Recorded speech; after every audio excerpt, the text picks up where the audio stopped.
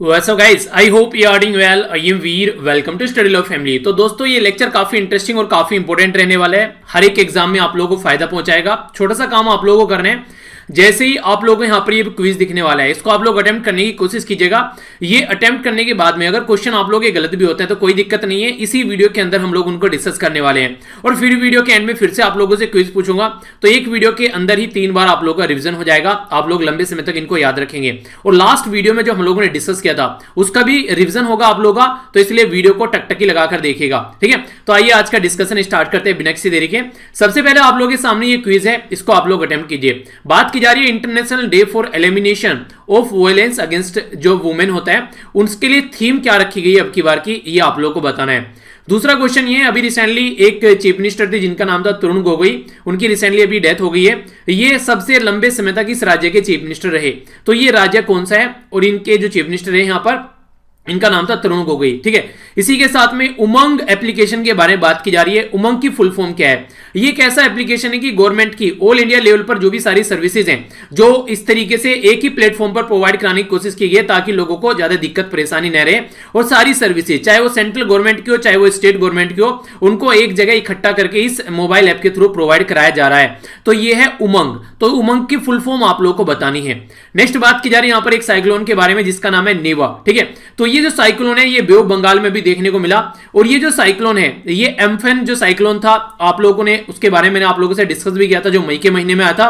तो ये second severe cyclone है इसी साल के अंदर में। इसका नाम किसके द्वारा सजेस्ट किया गया है ये आप लोगों को बताना है। कौन सा आर्टिकल है जो हमारी कंट्री में संविधान के अंदर जो ये बात करता है कि जज of the high court shall be appointed by the president, ये प्रेसिडेंट के द्वारा अपॉइंट किए जाते हैं, और जो कंसल्ट किया जाता है वो चीफ जस्टिस ऑफ इंडिया और इसी के साथ में गवर्नर ऑफ द स्टेट के साथ में कंसल्ट कर यहां पर इनको अपॉइंट किया जाता है। तो कौन सा आर्टिकल है संविधान में जो ये बातें बताता है? हमारी कंट्री में ऐसा कौन सा हाईकोर्ट है जो कि जिसमें सबसे ज्यादा जजेस की संख्या आप लोगों को देखने को मिलती है? 160 के करीब जज हैं यहाँ पर, ये जो इसके अंदर है इस हाईकोर्ट के अंदर। और 25th जो हमारी कंट्री में टोटल 25 हाईकोर्ट हैं, उसमें से ये लार्जेस्ट हाईकोर्ट है हमारी कंट्री का। नेक्स्ट बात की जा रही है यूनियन मिनिस्टर ऑफ एजुकेशन के द्वारा अभी रिसेंटली एक अवार्ड के बारे में यहां पर बात की गई। ये अवार्ड जो है इसका नाम आप लोगों को बताना है। All India council for technical education यानी कि AICTC के द्वारा ये अवार्ड दिया जाता है। ये बेसिकली एजुकेशन प्रोग्राम है टू एम्पावर द वुमेन, तो वुमेन को एम्पावर करने का ये प्रोग्राम है। तो इसकी थीम क्या है ये आप लोगों को बताना है। ठीक है, अवार्ड का नाम क्या है और थीम क्या है। तो ये टोटल क्वेश्चन है, इनको आप लोग अच्छे से अटेम्प्ट कीजिए। वीडियो के एंड में आप लोगों को इनके सबके आंसर मिल जाएंगे जब ये पूरा लेक्चर कंप्लीट हो जाएगा। और इसी के साथ में आइए आज का डिस्कशन स्टार्ट करते हैं। एक एक न्यूज देखते हैं, कोई भी माइंड में डाउट नहीं रखना है। ठीक है, सबसे पहले आगे बढ़ने से पहले एक छोटी सी बात है आप लोगों के सामने, जो कई सारे बच्चे पूछ रहे थे कि सर जो टेलीग्राम पर क्वेश्चन देते हो उसका आंसर कहां मिलता है। देखो यार, जैसे ये टेलीग्राम पर क्वेश्चन पोस्ट करता हूं तो मान लीजिए आप लोगों ने अटेम्प्ट किए इसे। ठीक है, यहां पर बात की जा रही है, एक कलर आप लोगों को बताना है जो सिंबलाइज करता है better future without violence for the all women and girl. यानी कि एक ऐसा कलर है जो यहां पर ये दिखाता है कि वुमेन और जो गर्ल्स हैं उनके लिए जो फ्यूचर होना चाहिए वो बिना वायलेंस का होना चाहिए, उनकी जिंदगी आसानी से कटनी चाहिए। तो कौन सा ये बेसिकली यहां पर कलर बताता है? तो ये जो इसका आंसर है ये है ऑरेंज कलर। ठीक है, तो orange colour better future for जो वुमेन के बारे में यहां पर बात करता है। ठीक है, तो ये यहां पर ऑरेंज कलर है। तो यहां पर जैसे आप लोग ये इस पे क्लिक करेंगे, मान लीजिए सही आंसर दिया या फिर गलत आंसर दिया, जो भी आप लोग आंसर देंगे उसके बाद में कुछ ऐसा आप लोगों के सामने खुलकर आएगा। अगर सही आंसर दिया है तो सही है, अगर गलत आंसर दिया है तो भी सही है। ये आप बल्ब यहां पर आप लोगों को दिखने लगेगा। इस पे जैसे आप लोग क्लिक करेंगे तो ये ऑप्शन आप लोगों को दिख जाएगा यहां पर। ठीक है, इसमें जो है बेसिकली ये टेलीग्राम की पूरी प्रक्रिया है जो टेलीग्राम में प्रोवाइड कराई जाती है। मैंने इसमें कुछ नहीं किया है, वो इसका ही पूरा प्रोसीजर है। ठीक है, टेलीग्राम के थ्रू अगर बात करें तो। आइए अब आगे बढ़ते हैं। सबसे पहले यहां पर बात की जा रही है international day for elimination of violence against women, यानी कि जो महिलाएं हमारी सोसाइटी में उनके खिलाफ कोई भी अत्याचार होता है उसको रोकने की बात की जाती है। तो ये डे है 25 नवंबर को सेलिब्रेट किया जाता है। बेसिकली ये जो भी लड़कियां हैं या फिर जो भी औरत हैं, अभी कोविड-19 में भी काफी ज्यादा उनको जूझना पड़ा, कई सारी प्रॉब्लम उनको फेस करनी पड़ी। वायलेंस, घर में हस्बैंड के साथ में लड़ाई, बच्चों को देखना, बीमार इंसान घर में कोई है उसको देखना। तो इन सब चीजों को रोकने के लिए यहां पर बेसिकली ये दिन सेलिब्रेट किया जाता है ताकि प्रिवेंट किया जा सके वुमेन को और डेटा को इकट्ठा किया जा सके, उनकी जो लाइफ है उसको सेव किया जा सके।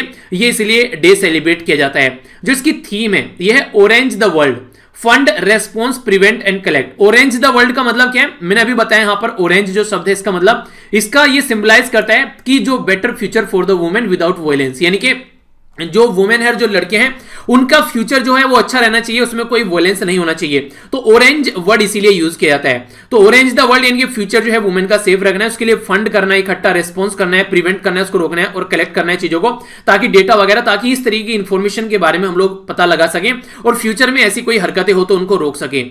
अगर वुमेन इंपावरमेंट के लिए लिखने के लिए कुछ आता है तो वहां पर आप लोग इस पर्टिकुलर पॉइंट को यूज कर सकते हैं। ठीक है, आगे बढ़ते हैं। काफी इंपोर्टेंट न्यूज है, यहां पर बात की जा रही है हमारी कंट्री में नॉर्थ ईस्ट एक राज्य के बारे में जिसका नाम है आसाम। आसाम हमारी कंट्री का नॉर्थ ईस्ट राज्य है, जिसके चीफ मिनिस्टर थे यहां पर तरुण गोगोई। काफी लंबे समय तक ये चीफ मिनिस्टर रहे यहां पर, और रिसेंटली अभी इनकी डेथ हो गई है।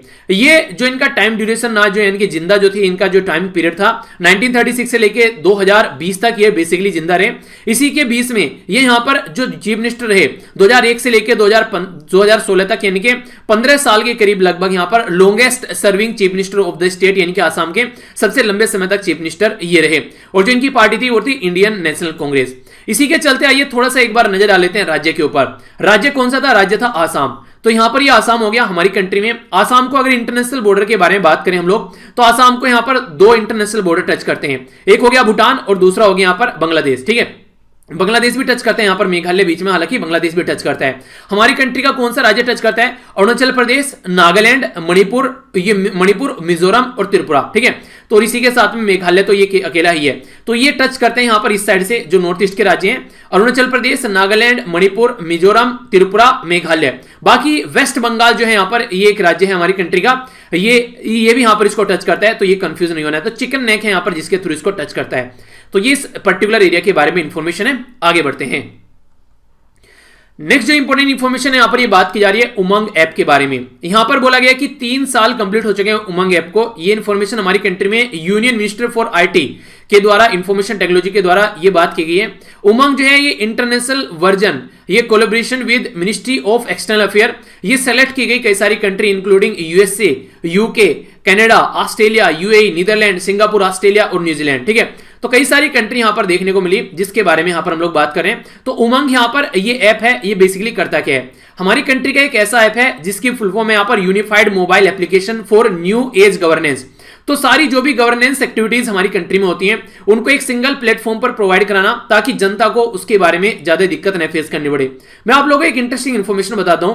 अभी रिसेंटली एक डीएम थे एक पर्टिकुलर डिस्ट्रिक्ट के, एक राज्य के अंदर में, नाम एग्जैक्टली मुझे याद नहीं आ रहा है, उनके द्वारा ये बोला गया कि आज के डेट में हमारी कंट्री में सेंट्रल की और स्टेट लेवल की इतनी स्कीम हो जाती है कि हम लोग पढ़े लिखे लोग हैं, हम लोगों को भी यहां पर कंफ्यूजन हो जाता है कौन सी स्कीम किस पर्टिकुलर पर्पज के लिए है।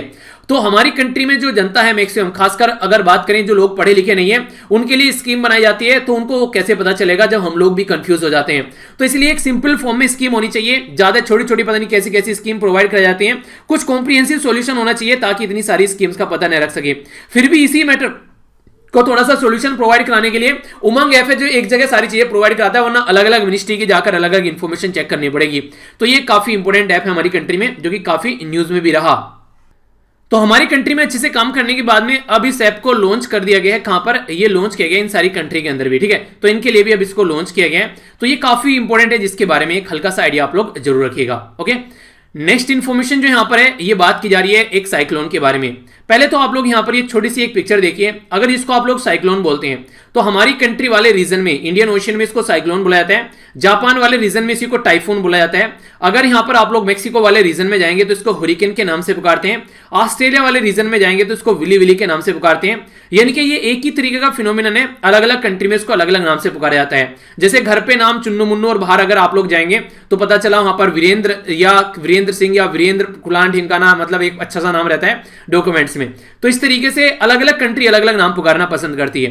तो आइए अब साइक्लोन के बारे में जानते हैं। साइक्लोन ने काफी बड़ा इंपैक्ट डाला है यहां पर अभी रिसेंटली, जिसका नाम है नीवर। तो नीवर साइक्लोन था यहां पर जिसने आंध्र प्रदेश, तेलंगाना और इसी के साथ में तमिलनाडु के अंदर भी काफी बड़ा इंपैक्ट डाला। मीटरोलॉजिकल जो डिपार्टमेंट है जिसको आईएमडी बोलते हैं हमारी कंट्री में, कौन सी मिनिस्ट्री के अंडर में आते हैं ये आप लोग बताइए? आईएमडी, इंडियन मीटरोलॉजिकल डिपार्टमेंट, कौन सी मिनिस्ट्री के अंडर में आता है ये आप लोग बताइए? अभी आंसर आप लोग को आगे मिल जाएगा चलूंगा जब।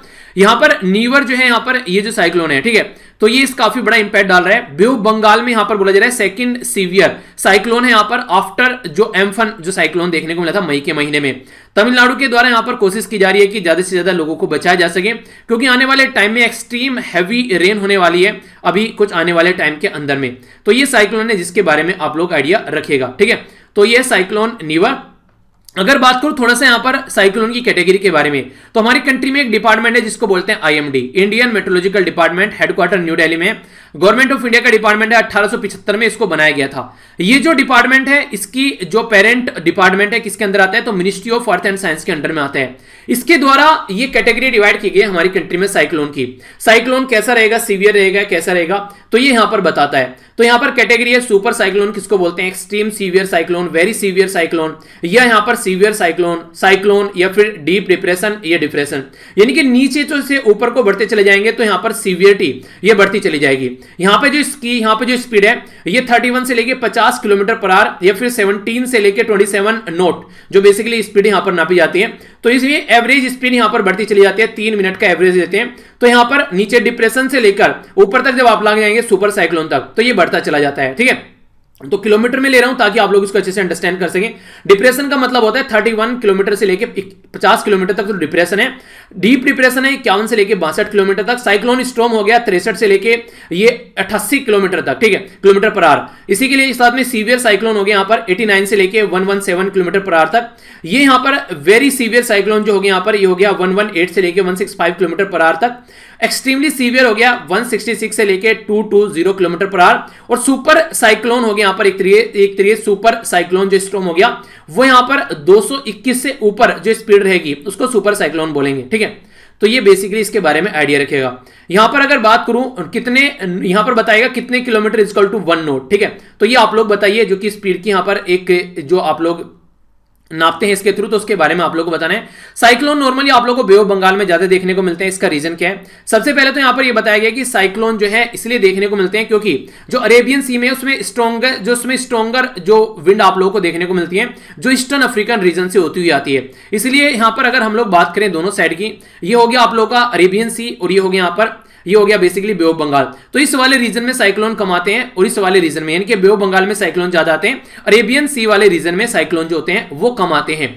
अगर बात करें यहां पर अरेबियन सी वाले रीजन में तो स्ट्रॉन्ग है बिकॉज कई सारी बातें बोली गई हैं। एक तो यहां पर बोला गया है हवा की वजह से, दूसरा बोला गया है टेंपरेचर जो है 27 से लेकर 28 डिग्री सेल्सियस रहता है जो यहां पर बे ऑफ बंगाल में, जो कि काफी फेवरेबल है साइक्लोन के लिए। बे ऑफ बंगाल जो है वो ज्यादा रेनफॉल होता है, ये भी एक रीजन है। इसी के साथ में अरेबियन सी में ज्यादा सोल्ट कंटेंट आप लोगों को देखने को मिलेगा। ठीक है, इसी के साथ में बे ऑफ बंगाल जो है वहां पर ये सारा माहौल ऐसा रहता है जिसके चलते ये साइक्लोनिक कंडीशन सारी बन जाती हैं। तो बे ऑफ बंगाल में ज्यादा साइक्लोन आते हैं एज कंपेयर टू अगर अरेबियन सी के बारे में हम लोग बात करते हैं तो। ठीक है, तो ये बेसिकली इसके बारे में इंफॉर्मेशन है, कोई कंफ्यूजन माइंड में नहीं होना चाहिए।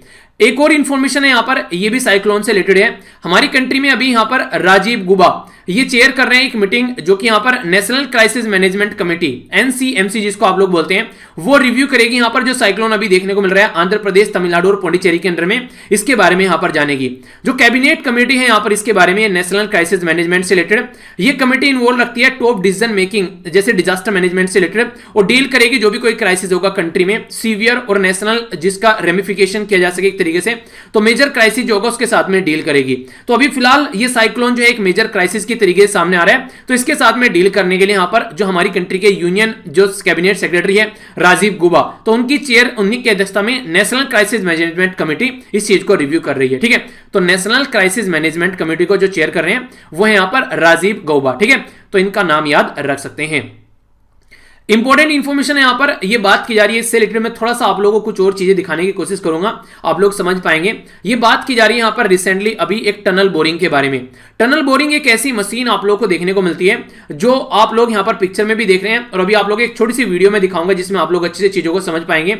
ये वीडियो आप लोग देखिएगा। ठीक है, ये जो वीडियो आप लोग यहां पर दिख रही है, जब यहां पर इसको चलाऊंगा आप लोगों के सामने तो अभी आप लोग यहां पर समझ पाएंगे ये इस मशीन को कैसे काम करती है। ठीक है, आप लोग देखिए यहां पर ये मशीन जो चल रही है ये इस तरीके से चलती है और यहां पर इसके साइड में से आप लोगों को यहां पर ये मिट्टी काटती हुई आगे बढ़ती है और ये जो मिट्टी है यहां से ऐसे ऊपर को चलती है। ठीक है, ये वीडियो का लिंक भी मैं प्रोवाइड करा दूंगा टेलीग्राम पर, एक बार देख लीजिएगा जाकर। ठीक है, तो यहां पर ये आप लोग समझ पाएंगे जो हमारी कंट्री में मेट्रो के प्रोजेक्ट लगाए जाते हैं, जो टनल नीचे ही नीचे खोला जाता है जहां पर अंडरग्राउंड मेट्रो बनाई जाती है, आखिर वो कैसे बनता है, तो इसको आप लोग समझ पाएंगे। ठीक है, तो ये पूरा एक मशीन जो है इसकी प्रक्रिया दिखा रखी है ताकि आप लोग इसको ढंग से अंडरस्टैंड कर सकें ये कैसे बोरिंग करती है। आखिर ये न्यूज में किस लिए, अभी थोड़ा वो जान लेते हैं। न्यूज में यहां पर ये इसलिए हमारी कंट्री में क्योंकि 1 साल से हमारी कंट्री में ये मशीन जो है वो फंसी पड़ी है। ये है यहां पर मुंबई के अंदर में, ठीक है। तो बीएमसी जिसको बोलते हैं, बृहन मुंबई म्युनिसिपल कॉर्पोरेशन, तो इसके अंदर ये मशीन फंसी हुई है और उसको हम लोग निकाल नहीं पा रहे हैं। स्टक हो गई है वो मशीन वहां पर, जिसको हम लोग निकाल नहीं पा रहे हैं। ये जो इस तरीके की मशीन बनाई जाती है, फॉरेन एक्सपर्टीज है जहां से ये इस तरीके की एक्टिविटी हम लोग कर रहे हैं, ये मशीनें लेकर आ रहे हैं, हम लोग अपनी कंट्री में काम कर रहे हैं। तो अब देखते हैं कि कब तक यहां पर ये कंडीशन चलती है। इस मशीन की हद से आप लोग 1 मीटर से लेकर 20 मीटर तक का एक गोला जमीन के अंदर बना सकते हैं, बिल्कुल एक सिलेंडर टाइप का, एक बिल्कुल उसको क्रॉस करके बिल्कुल निकल सकते हैं। तो ये बेसिकली ये जो इस तरीके से होता है। तो इसमें इंटरेस्टिंग बात पता है क्या है, अगर आप लोग यहां पर देखिएगा, ये बेसिकली एक अच्छा इंटरेस्टिंग काम ये करता है। साथ ही साथ में जैसे ये आप लोग यहां पे देख रहे हैं ना, ये अभी देखिए यहां पर 1 मिनट, जैसे जैसे खोता चला जाता है इसी के साथ में यहां पर एक परत जमाता चला जाता है ताकि वो पूरा टनल जो है वो एक अच्छा टनल बना रहे, यानी कि वो मिट्टी वगैरह न गिरे। तो उसके चारों ओर को ये आप लोग देख रहे हैं ना, यहां पर ये वाली जो परत दिख रही है, तो ये बेसिकली एक सीमेंटेड परत भी यहां पर जमाता चलता है ताकि आराम से यहां पर उसके बाद में कोई कंडीशन बुरी न रहे, मिट्टी वगैरह न कटे। तो एक बिल्कुल अच्छी सी एक परत जमा देता है इसके चारों ओर को ताकि ये सारी सिचुएशन को कंट्रोल कर सके। और इस तरीके से कंकड़ पत्थर जो है उसके अंदर जाती हैं। तो ये मैं भी काफी एक तरीके से सरप्राइज रहता था, मैंने कहा किस तरीके से यहां पर ये काम करता है। तो मैंने सोचा, मैंने इसके ऊपर हिस्ट्री की थोड़ा सा इसको पढ़ा, थोड़ा सा इसके बारे में जाना, तो फिर मुझे लगा कि आप लोगों को भी इसकी पूरी प्रक्रिया दिखानी चाहिए। इंटरेस्टिंग लगा तो आप लोगों को भी आई होप की जानकर थोड़ा इंटरेस्ट जरूर जगा होगा इसको लेकर, ठीक है। तो इसके बारे में आइडिया रख सकते हैं। यहां पर एक इंपॉर्टेंट चाइनीज प्रोजेक्ट है जिसके बारे में आप लोग आइडिया रखेगा। कई बार क्वेश्चन बन जाते हैं कि ये पर्टिकुलर मिशन किसके लिए है। तो यहां पर बात की जा रही है चैंग E5 के बारे में। चाइना का मिशन है चैंग E5, ये लूनार मिशन है, यानी कि चांद के लिए मिशन था, जो कि यहां पर जो चांद के बारे में स्टडी कर रहा था। तो इसके द्वारा अभी यहां पर जो सैंपल्स हैं वो सेंड कर दिए गए हैं हमारी, वो बेसिकली जो रिटर्न आएगा अर्थ अराउंड ये दिसंबर 15 तक। तो ये काफी अच्छे से इसके द्वारा स्टडी की गई है। तो गोल था इसका टारगेट का बेसिकली जो पर्टिकुलर मून का जो रूम का रीजन है वहां पर जाना और वहां से सैंपल इकट्ठे करना और फिर उसके बाद में उनको वापस लेकर आना, ठीक है। तो ये था मिशन यहां पर। तो ये जो है देखते हैं किस तरीके से आगे आने वाले टाइम में अपनी जो प्रक्रिया है उसको कंप्लीट कर पाता है यहां पर बेसिकली, क्योंकि आप लोग देखते हैं यहां पर इसको छोड़ा गया था ऐसे यहां से, ठीक है, यहां पर गया, अब इसने अपना काम कंप्लीट किया, फिर अब वापस आएगा इस तरीके से। तो ये जो मिशन है ये काफी इंपॉर्टेंट मिशन होगा आने वाले टाइम में, चांद के बारे में काफी कुछ जानने को मिलेगा। तो ये चाइना का मिशन है जो कि रिसेंटली अभी न्यूज में भी है। हालांकि अगर थोड़े लंबे समय से आप लोग लेक्चर फॉलो कर रहे हैं तो ये जब लॉन्च किया गया था तब भी मैंने इसके बारे में आप लोगों को काफी डिटेल में बताया था, ठीक है। तो जिस दिन वापस आएगा अभी दिसंबर के महीने में, फिर इसके बारे में न्यूज आएगी तो तभी हम लोग इसको और डिटेल में थोड़ा सा पढ़ लेंगे, ठीक है। अभी इसके बारे में हल्का सा आप लोग भी थोड़ा सा पढ़िएगा, जाकर स्टडी कीजिएगा। पुरानी पीडीएफ है तो उनसे रिवीजन भी आप लोग कर सकते हैं, ठीक है। आइए आगे चलते हैं नेक्स्ट इंपॉर्टेंट न्यूज की ओर। ये जो इंपॉर्टेंट न्यूज है ये बात की जा रही है हमारी कंट्री में जो आर्टिकल है हमारे संविधान के अंडर, आर्टिकल 217 आर्टिकल हमारे संविधान में ये पावर देता है प्रेसिडेंट को कि president, chief justice of India और स्टेट के गवर्नर के साथ में मिलकर जो अपॉइंटमेंट है हाई कोर्ट के जो जजेस हैं उनकी अपॉइंटमेंट यहां पर करते हैं। तो आर्टिकल 217 का जो 1 क्लोज है यहां पर ये पावर देता है हमारी कंट्री में प्रेसिडेंट ऑफ इंडिया को। तो अभी न्यूज में किस लिए, न्यूज में इसलिए इलाहाबाद हाई कोर्ट में अभी 28 एडिशनल जो जज हैं उनको परमानेंट जज बनाया गया है हमारी कंट्री में प्रेसिडेंट ऑफ इंडिया के द्वारा। तो ये हमारी कंट्री में जो इलाहाबाद हाई कोर्ट है जो कि उत्तर प्रदेश के अंदर है, 160 जजेस की संख्या है और हमारी कंट्री का ये सबसे बड़ा हाई कोर्ट है। टोटल मिलाकर 25 हाई कोर्ट है हमारी कंट्री में। अच्छा, हमारी कंट्री में 25 हाई कोर्ट है, ठीक है। टोटल मिलाकर राज्य कितने, राज्य हैं 28। तो अब कंफ्यूजन ये हो रहा है कि यार कौन से राज्य हैं जिनमें हाई कोर्ट नहीं है।